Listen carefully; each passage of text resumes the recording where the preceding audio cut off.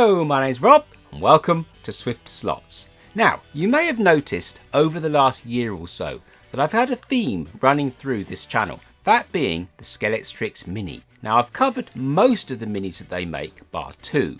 So the first one that I haven't covered is obviously the vintage front wheel drive Mini, but that is on my list of cars to do, and I do have a car put by ready to do that, and I have a plan. And I have already showed that Mini on this channel a few videos back. The other Mini is of course this brand new modern BMW Mini. Now, some people say this isn't a Mini, and I'm not going down that route.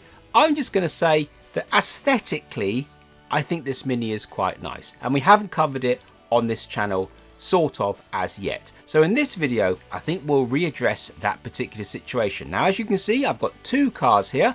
This particular one is mine, and this one is a subscriber's car called Francis. So we're going to do my car on screen, and at the end of it, we'll also have Francis's car done as well, and I should send that back to him, and hopefully he'll be able to thrash it around his own track. So I've got a few things to do to these cars. They're not going to be a full-on massive repaint, massive rebuild, pods and everything else. I'm not going to go down that route. I'm going to do something that's a little bit easier to do for the majority of people, I think. That is basically just, we'll take a track run, we'll see what they go like first, and then we'll put some modest upgrade parts in them, front to back, and then we'll see what they go like again, and see if we can get this car running pretty well. So, with that said, let's take my car to the track, and we'll see what time she will do, and I'll give you a quick synopsis on how she handles, and then we'll get on the bench and I'll show you all the parts that I've got to go in these cars.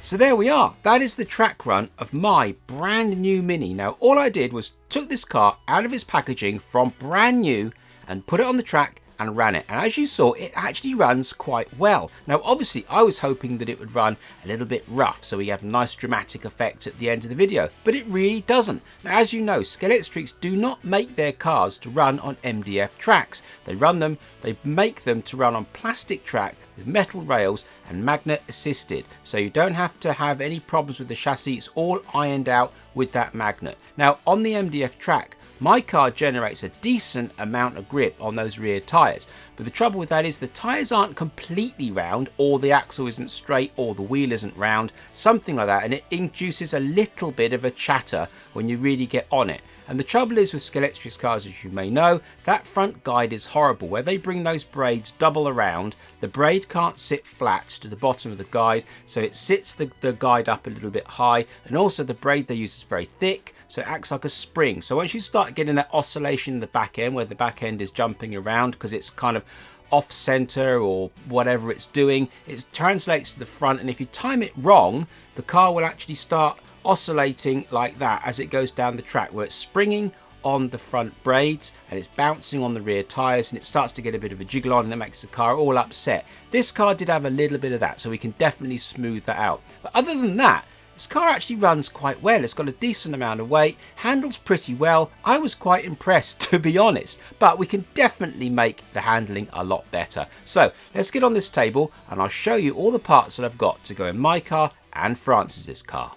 So here are the subjects to this video. Two very nice BMW Scalextric Minis. Now I do have the door mirrors for this red one, but because I have a habit of falling off, I put them safe in a bag. Other than that, these two cars are completely mint, if not brand new. So let's have a look at the parts that we've got to go in our minis.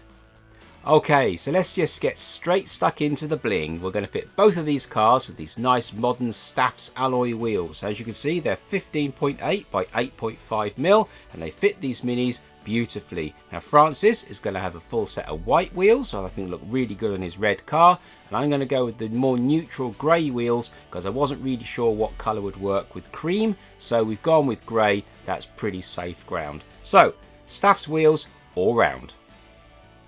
Now, as standard, most Scalextric cars come with a standard 18,000 S-Can motor. I think we're going to step it up a little bit with this Pendle Slot Racing AC4 S-Can motor, which is a 20,000 RPM. Not too much more, but a little bit extra to cope with the little bit of extra upgrades we're going to put in these cars, and I think 20,000 will be the sweet spot in my experience. So obviously these cars are going to need some upgraded gearing, and for that we're going to give them a full set of slotted gears. So for the motor, we're going to get an 11 tooth 6.5mm pinion, which matches the car exactly the same as stock. And for the axle, we're going to use this 34 tooth 19mm diameter spur gear. So that will match the diameters of the car's original gearing and will fit the car perfectly. And we also want some decent quality rear axles, so for that we've got some Slotting Plus 55mm long 2.38mm hardened steel axles. These are great axles and they run super smooth and super straight. Okay, so the bearings. We're going to go for something slightly different. Now here we've got the Pendle Slot Racing ABO3 and ABO1 bearings. I'm going to use one of each from this pack in each car, and you'll see why later on. And it should come as no surprise to regular viewers of this channel, we're going to use a Slotting Plus guide on both of these cars. Now I've gone for this different fittings pack this time because it comes with a Scalextric conversion. So I've not tried this before, and hopefully it'll just be a case of fitting this conversion into the chassis, fit the guide, and away you go. If not, we have a different plan. But for the time being, I'm going to go for these wonderful Slotting Plus guides. And still whilst on the topic of guides, we're going to use this NSR 0.2mm plated braid. Now I've used this in a lot of builds and it's extremely good. It's very thin and it doesn't allow the front of the car to jump because it's so thin and pliable. So we're going to put that in the guide instead of what comes with the standard guide. And you probably saw it coming a mile away. We're going to fit these wonderful Pendle Slot Racing F15 rear tyres. Now these are the RTO3s and they fit those SwiftSlots wheels absolutely perfectly. So next up in this mini build is this pack of parts that I've put together as a convenient package for you if you want to follow along in this mini build. And as you can see, we got a lightweight vacuum formed interior. We've got a 3D printed rear body mount. We have a brass tube for the back axle, and a piece of lead weighing approximately 25 grams. So like I say, I've put all these parts together as a little package because I think it'd be a very convenient way to follow along with this build if you should want to buy these parts from me. And last but certainly not least, we're going to need to fit that all-important weight to get that handling right up there, and for that we're going to use my SwiftSlots branded lead sheet. So we have all the ingredients to turn these cars into little pocket rockets, hopefully. So let's go to the bench and see what we can do with these little cars. Okay, so I think we'll start with making the interior master for the vacuum form. But before we do anything, let's just see what this car weighs as stock, because it's got a little bit of weight to it. So the total weight, as standard, is 78 grams, just a hair under 78 grams. So let's get this interior out and see how much that weighs on its own. So there's the standard interior, nice and deep as usual with Scalextric cars. And we'll just see now what it actually weighs outside the car. So to get it out, there's a little tab here and there's a little tab on the back, and you've got to kind of pull it out and down and around, and it comes out from that little tab just on the back there. You can see the little tongue that it sits on, and then these posts go up inside the rear cluster. That rear cluster is a little bit of a fight to get out, so leave it in, you may as well. So that's the body off, and the actual interior weighs, 15.5 grams. that is actually how much an entire body weighs normally. As a matter of interest, what does this weigh? Just the body. There, 15.5 grams. So it's 15.5 grams for the whole body, or 15.5 grams for the interior. So together, they're what, 31 grams? Yeah, 30 grams. That's absolutely madness. You're carrying around two bodies in one car. So no wonder these cars sometimes have a little bit of a handling issue. Anyway, so now we've got this interior out. We'll now chop it around and we'll make a master ready for vacuum forming.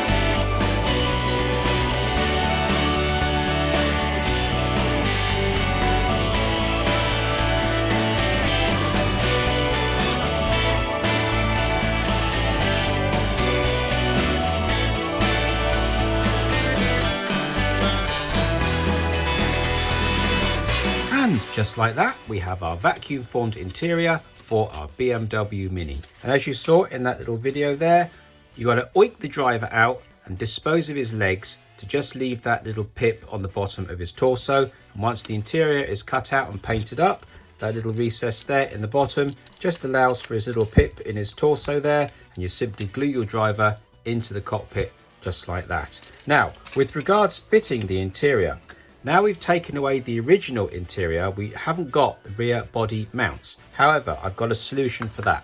What you need to do is you need to pop out your rear lights, and I've created this little 3D printed part here. And the way that this works is that 3D printed part simply slides over your rear light cluster just like that. And then it ends up transferring the body mount holes through the actual rear cluster into this 3D printed part. And then once you've assembled your part like that, you simply put your rear lights back into your body and they all fit in perfectly like that.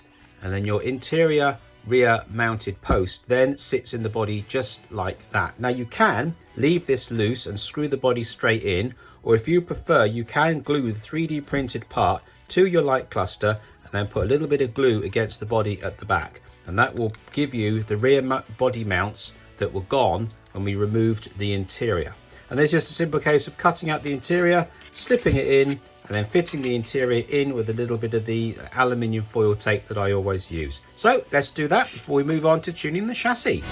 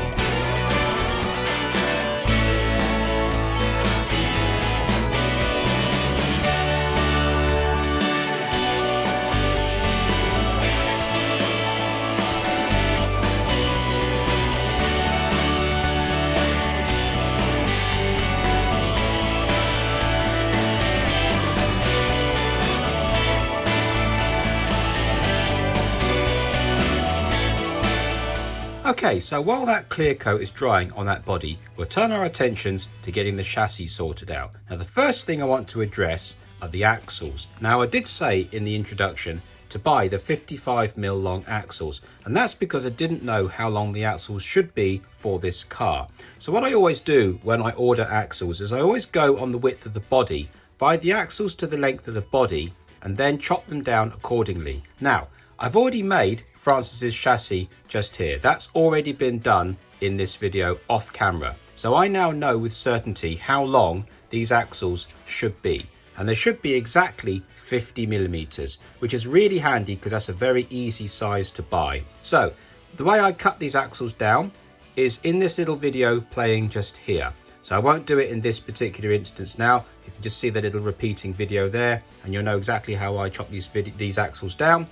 All you need to know is you can safely buy 50mm axles if you're doing one of these builds and you are using these wheels from Staffs. So with that said, let's get these axles into the chassis. Now the first thing you obviously need to do is strip down this car. So the way that I get these back axles off, because they're quite heavily nailed, is I leave the tyres on, grip one wheel very, very securely, and then twist the other wheel, and it's quite stiff, so you need to twist it with just a little tiny bit of movement, and when it cracks it will finally, there, it's just cracked now. Now little movements, you can just eke it out and it will eventually, with a little bit of pulling, it'll come off like that. Now when you get this wheel off, note that there is actually a spacer behind that wheel. Now we want this spacer, there it is there, it's a clear spacer, so keep that to one side. And then obviously just pull out the axle and you're good to go. What I tend to do is put the axle in the bearing and then you can just pull the bearing out. Sometimes these boards are loose, sometimes they're not on the Mini, so you can go with that. And while we're here, we may as well just oink this motor out as well, because we don't really need that. And also while we're here, we may as well just snip the motor wires, because like I say, we don't need this motor at all, and we'll come back to fit in another new motor later on. So that is the chassis all broken down, ready to go. So with the motor and rear axle now removed, I can get easy access to my magnet and the clips that hold it. Now because this car is going to be an MDF car, I don't actually require a magnet at all. So I'm going to remove that magnet, and I'm also going to remove these little clips that used to hold the magnet in place. It makes it much easier to install the lead. Okay, so now we've done all the remedial work on the chassis, we now need to turn our attentions to fitting the back axle. And if you look on the back axle, we've got two posts that hold the rear light board, and they ever so slightly intrude into where we need to be for our axle. So all you simply do is trim a little tiny piece of the plastic approximately where your back axle will pass through, just on those back pillars, just like that. You don't need to go mad, you only need to just shave them back just a fraction, just like I've done there, so that when you put your back axle in and the tube doesn't rub these posts. If you find when you put your back axle in, the back axle goes stiff, it'll be because the back tube is just being caught up on these two posts here. So with regards to the bearings, we've got the ABO1 and the ABO3. Now the reason why we've got those two different bearings is because we can't fit this ABO1 into the drive side of the rear chassis, because we need all the width we can get, because we're using non-standard gears and wheels. So to fit this whole assembly together, simply take the bearing with the single flange, put it into the chassis so that the single flange is pointing to the inside of the chassis, just like that. And then you can take the standard normal flange and put that on the side of the chassis where the rear of the motor would be. Then drop your tube in between the two bearings and simply thread your axle through the bearings and the tube so it all lines up exactly as it should do. And you will find, as long as you've trimmed these posts down exactly to the right size, you'll have a lovely free axle. It's very free to turn, and now you can see why that tube is there, because if this tube wasn't here, this bearing with the single flange would simply work its way out into the middle of the car, and you'd end up with the demeshed side of the gear. So that is basically your back axle fitted. Now what we need to do is fit these tyres onto these wheels, and for that we need to trim these tyres down just a hair. Okay, so now we can turn our attentions to fitting these rear tyres. Now I did say at the beginning of the video that these RTO3 F15 tyres fit these Staffs wheels perfectly, and they kind of do.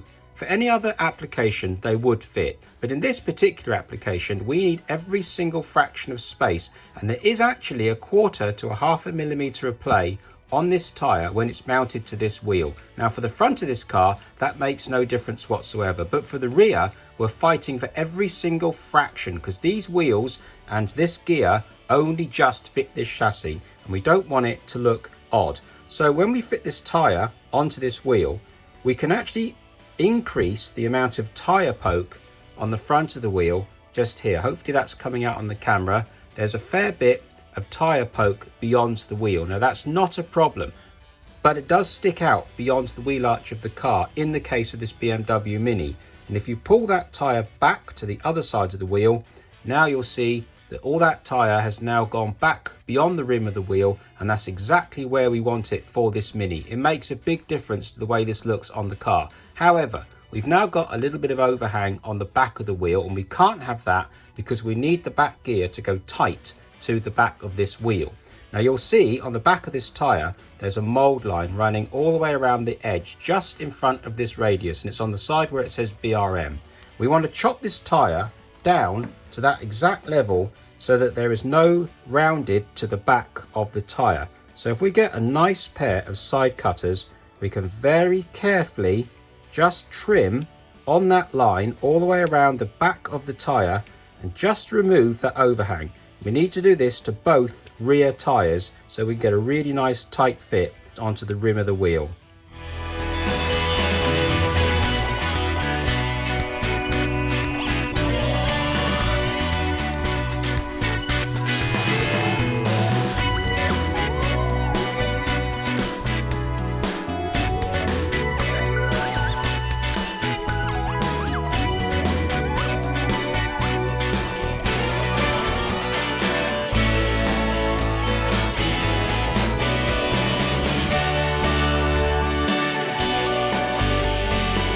Okay, so now we've fitted the wheels and tyres to the back axle, and you've remembered to fit the spacer in the non-gear side. We can now turn our attentions to fitting the motor pinion onto the motor shaft. And it's worthy of note that the pinion has a very, very heavy chamfer on one side, and that is to simply aid you putting the pinion onto the motor shaft like that.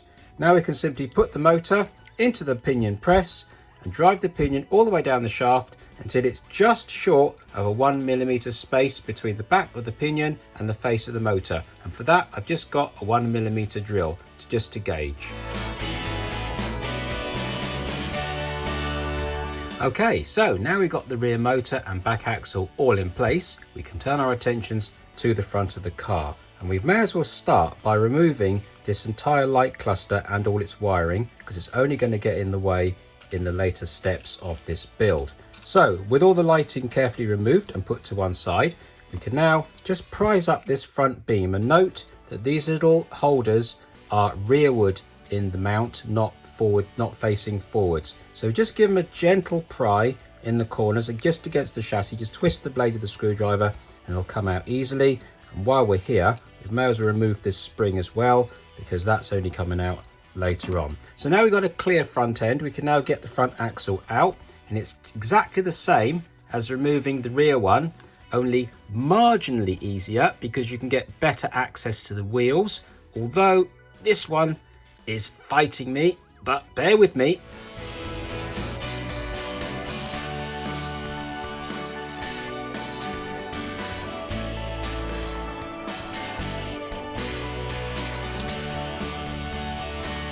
There, that got it. I tell you, one thing that Scalextrics do often get right is getting their wheels bonded tightly into the wheels. It is absolutely crazy. That knurling grips like you wouldn't believe. Anyway, the axle is now off. We can keep those wheels and axles for a later project.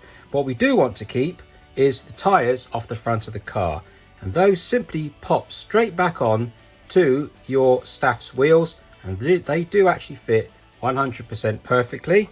So we can pop the other one onto the wheel, and then it's just a simple case of mounting these wheels onto your chassis. Just pop them back in the original hole and then pop the wheel on just like that. give them a gentle nip, check for a side float, and we're good to go. And that is it. That is the front of the car done. Easy as that. Right, now we need to turn our attentions to this front guide. Okay, so now we move on to the topic of the front guide, and I've made a bit of a mistake here, but I'll unwind it as I go, and I've got quite a bit to say about the guide. So I made a bit of a mistake when I bought the parts from Pendle Slot. I bought the G01 pack, which is the guide spacer that goes into the new style guide, the one with the quick change bottom, picture just here. Now this is not designed to go in this older style guide. However, this guide needs to go, in my opinion, because Scalextrics use a very thick, heavy braid, which is a problem. Plus it's also double back on itself, so it's double thick as well, because they don't use ferrules in this guide. So if you look at this particular guide here, I'm going to try and show you, you can see just how much springing that guide or those braids impart on the front of this car. Now this setup plate is 7mm deep or 6mm deep, and it takes the Slotting Plus guide properly, so with a little bit of braid it basically comes flush to the bottom of the plate. And you can see on Francis's car that we've got full engagement on that setup plate, whereas the Scalextrics version, as we can see, it's actually got springing, and it's sprung because of those heavy braids, and they're also doubled around. And you can see even when we push it down against the springing, we don't have a huge amount of engagement, and when we let go we barely get 2 or 3mm at the most of engagement. So that guide is not really working for us. Plus also when I compare it here, you can see the difference. Hopefully you can see the difference there. The Slotting Plus guide is full depth, which means that you can run the Slotting Plus guide on the Scalextric Sport Track and you'll get a really good engagement. You won't get the same engagement with this particular guide. So this one's got to go. Now, as I said, I bought the wrong guide holder really. So what I did with Francis's car, which has already been finished, is I used my standard reaming tool. So I drilled the hole out to 4.1mm, I glued a piece of the tube in and I reamed it with my reamer, and now he's got a perfectly good guide that works absolutely perfectly. And when you put it in the slots, you got full engagement. I've trimmed this down slightly for his track, but you don't get any of the bounce on the front of the car because of that 0.2 braid, and it all works out well. But I'm going to stick with this particular guide holder because there's a fundamental issue as well with these chassis, that being the guide holder is actually really quite weak. So I'm going to try and fit this in anyway, because the outside of that tube is 6mm. The outside of this tube is 4.5mm. So there's actually just about enough meat to drill this hole out to 4.5mm and then fit this insert in.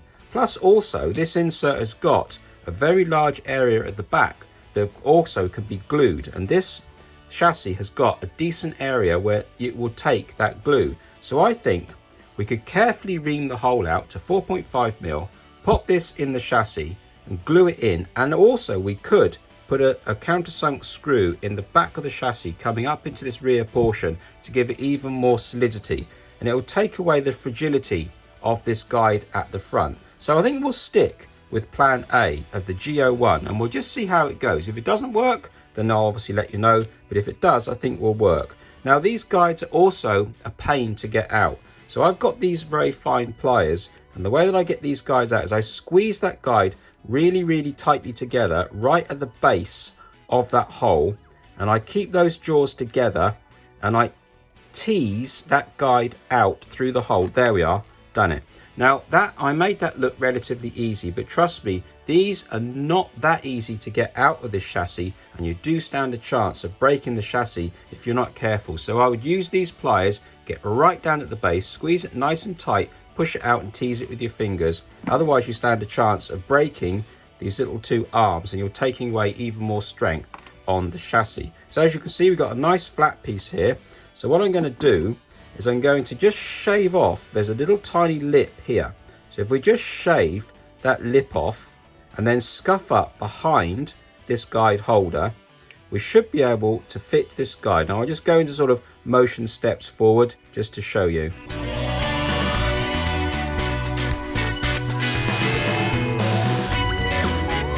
Okay, so I think we have something that looks a little bit like success. As you saw, I've just filed out that hole to 4.5 millimeters, just so it takes the tube of this conversion piece, and I've scratched up the chassis on the bottom here, and I've scratched up the bottom of this conversion piece, and as you can see, it goes into the chassis rather nicely once I square up that there, just like that, and that will actually work.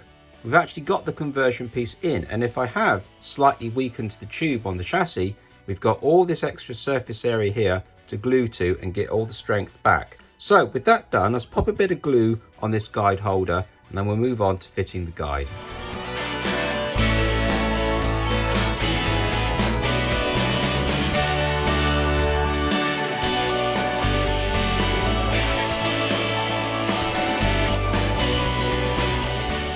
Okay, so it looks like we have success. I've managed to glue in the adapter perfectly well. I put glue all around the bottom and I put glue all around the top. We've now got an extremely solid and very reliable looking guide mount. So that's great, that all works. Now I have found that you do need to shim the guide a little bit further down than this spacer is providing. Now this is a 1mm spacer, and I suspect you want something like a 2.5mm spacer for this particular chassis, because I need to add about 1.5mm of extra distance to this guide. So the way that I've done that is I've made this little plastic card shim. Now your mileage will vary depending on your track and depending on your braid, but all you simply do is pop your spacer onto the bottom of your guide, pop your guide in your hole, and you're good to go. Now also in the Pendle Slot Racing G00 pack, they also sell this little shim pack. Now the thick shim is approximately 1.7mm thick, and the thin one is about 1.4, there or thereabouts, and I found that one of those two gets you really close. If not, use the thick one and then thin it down on a little bit of sandpaper until you get it perfect. But if you don't have access to that little adapter there, simply make your own from plastic card and then just rub it down on sandpaper until you get the desired thickness. So I think that's it. We've got the guide all sorted out. So let me just wire this guide in, and we can move on to the next stage.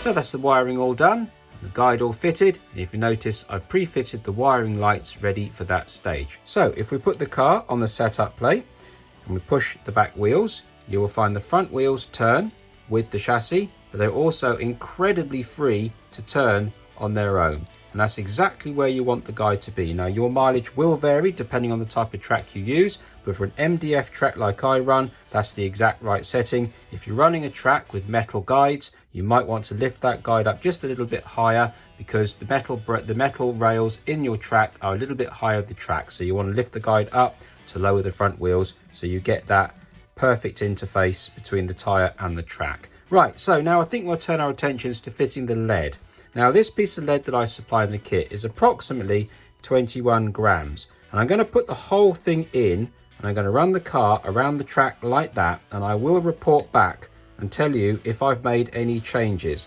But for now, I'm just going to roll those edges just like that, and I'm going to drop the whole thing into the chassis just like that, and I'm going to screw it in with this little tiny countersink screw that I've acquired from somewhere. So all I'll do is just drill a hole in here, put a small countersink, screw it in, and that means that I can replace this lead if needed and make some adjustments. Like I say, I run it around the track, I'll see how it goes, and if it's any different, I will report back.